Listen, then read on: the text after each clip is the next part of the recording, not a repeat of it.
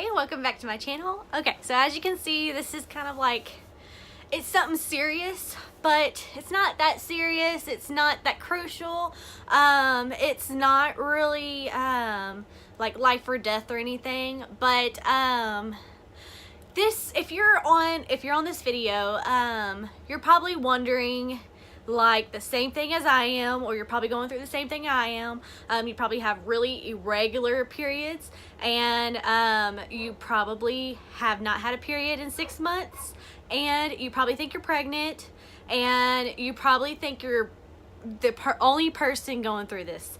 To let you know, you're not the only person going through this. Everybody goes through this, and it's pretty normal. It's really normal. I feel like if you have regular periods on a daily, like on a monthly, that you're weird because I personally think that irregular periods are more regular than regular periods, if that makes sense. Because everybody that I know has very irregular periods because it has to do with a lot of stress, hormones. But I want to go through my OBGYN experience that I just went through today because I don't want anybody else to be in the shadows. And I know there's not a video like this, and if there is a video similar to this, it's always a pregnancy video, and I want you to know that you're probably not pregnant, and it's probably just something about, it's probably just imbalance in your body. And I want to tell you what happened today with me and my little story and how my appointment went today.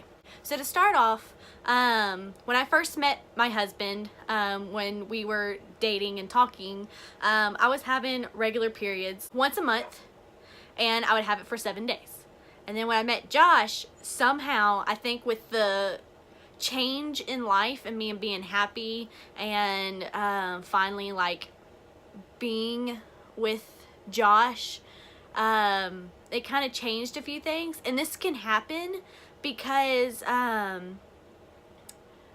I don't know what it is that they explained it with, but just it's change in your body. When you change something in your life, whether it's a new boyfriend, a move, a stressful move or something, or a death in the family, it can change your whole body, even your periods. So they said that probably being with him, it just different lifestyle and everything, it probably just happened and it changed, and that's normal. It's normal. So I was having once every 3 months. When I even first met Josh, I thought that that I was pregnant because I did not have one for 3 months, and I thought we were having a baby, and apparently we didn't. So every test we took was negative. Like every time we take a test, we take about 4 or 6. Like we buy the box of 2 and we use the 2, and then we wait a week or a few days and have another one, and it's all negative. So that was like a little bitty flag. But then I had my period again, so I was like, everything's cool, everything's fine. So then the last year with him, well, after 7 months we got engaged, and I was still having irregular periods, and then 6 months after that we got married, and I know I had a period on my wedding day. So I knew that we still didn't have a kid, no child, nothing, not pregnant, still irregular, whatever, but I was still having regular periods.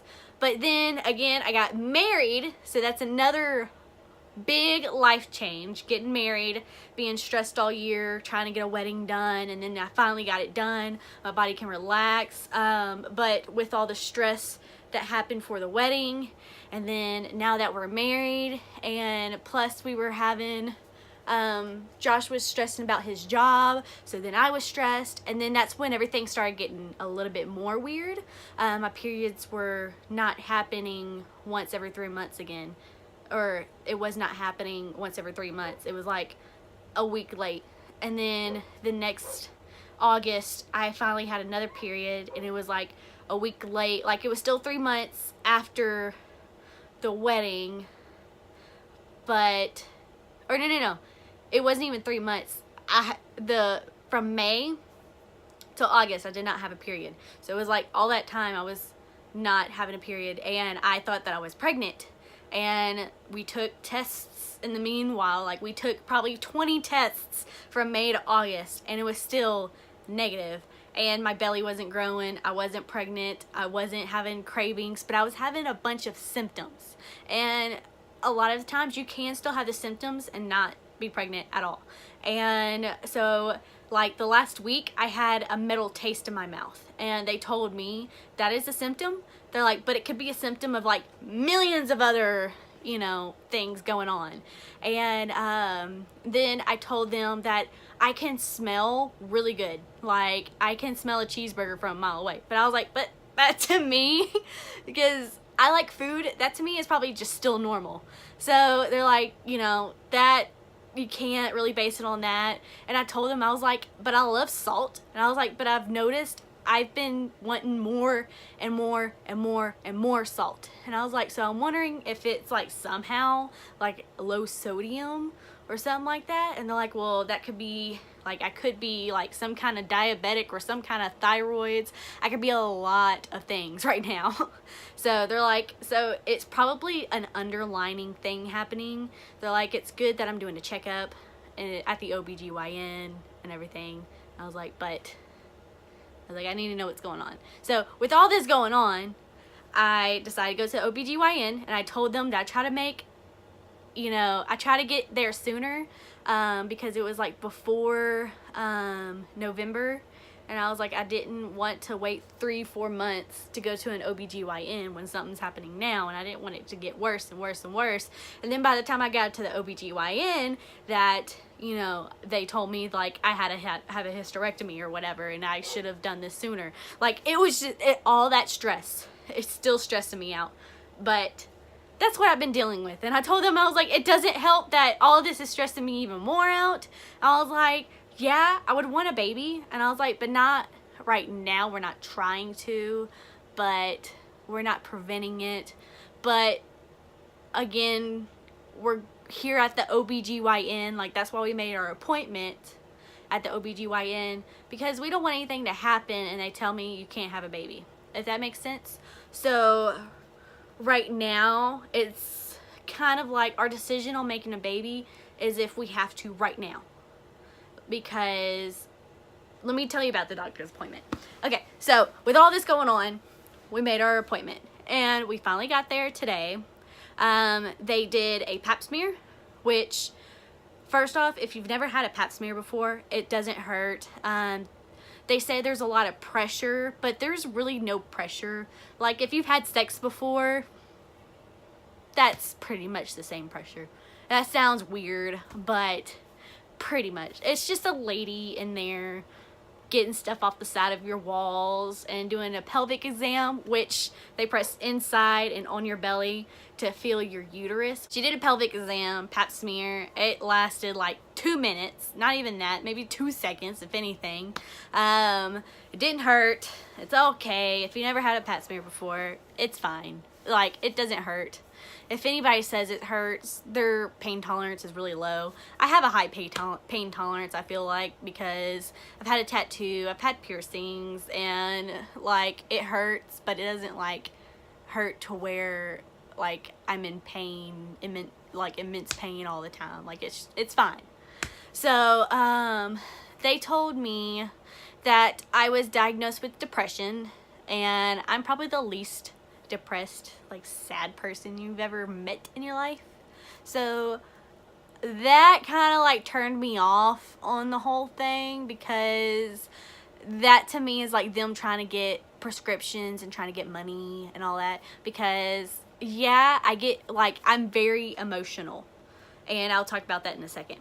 But when I got there, I think they thought I was depressed because I was so stressed out, and they were rushing me, trying to get me in, which I understand. They were like trying to rush me to get in, but they were making it seem like it was my fault that I was late, even though the receptionist was being a B word. She was being a and she was not, the receptionist was not answering the phone.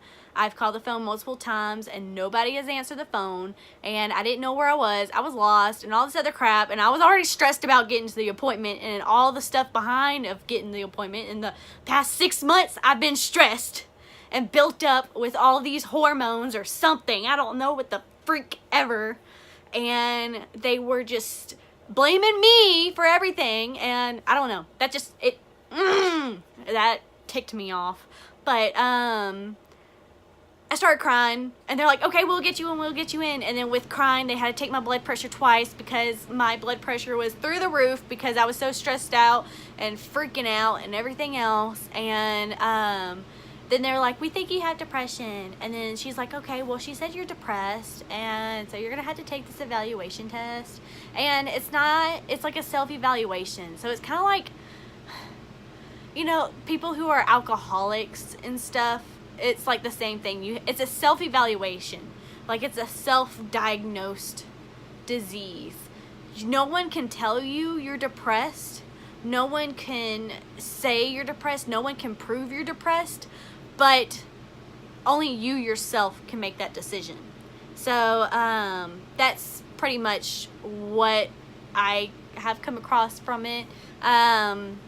I don't have any suicidal thoughts. I don't have any depressive thoughts. I don't think I'm a failure. I don't think the world's against me. I don't think, like, there's a whole paper that I'll probably, you know, whatever, I don't know. But anyways, the paper that they gave me to self-evaluate myself, it was like 0 to 5, and you like circled like which number is you, and then you added up all the numbers and it will tell you. And to me, it was 0 all the way. I was like, none of this is me.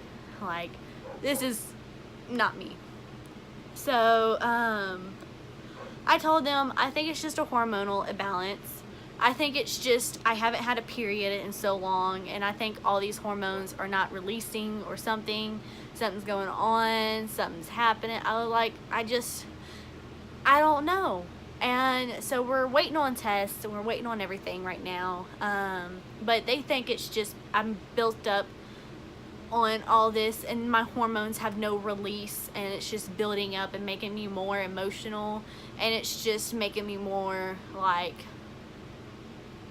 feeling like I'm drained all the time. And that's what I told them. I was like, I feel like I'm drained.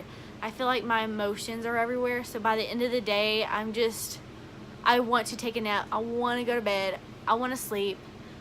I just want to relax. And that's what they're checking right now, is hormone imbalance. I think in about a month, March 22nd, I'm going to do a blood test, and they're going to do more tests on, like, if I'm pregnant or, you know, other things like that. But with the pap smear, we're going to see if I have, what is it called, ovarian cancer or stuff like that. They're going to test for thyroids. They're going to test for everything. Just go to your OBGYN. It doesn't hurt. It's okay. You'll be fine. So, okay. See you until next time. Bye.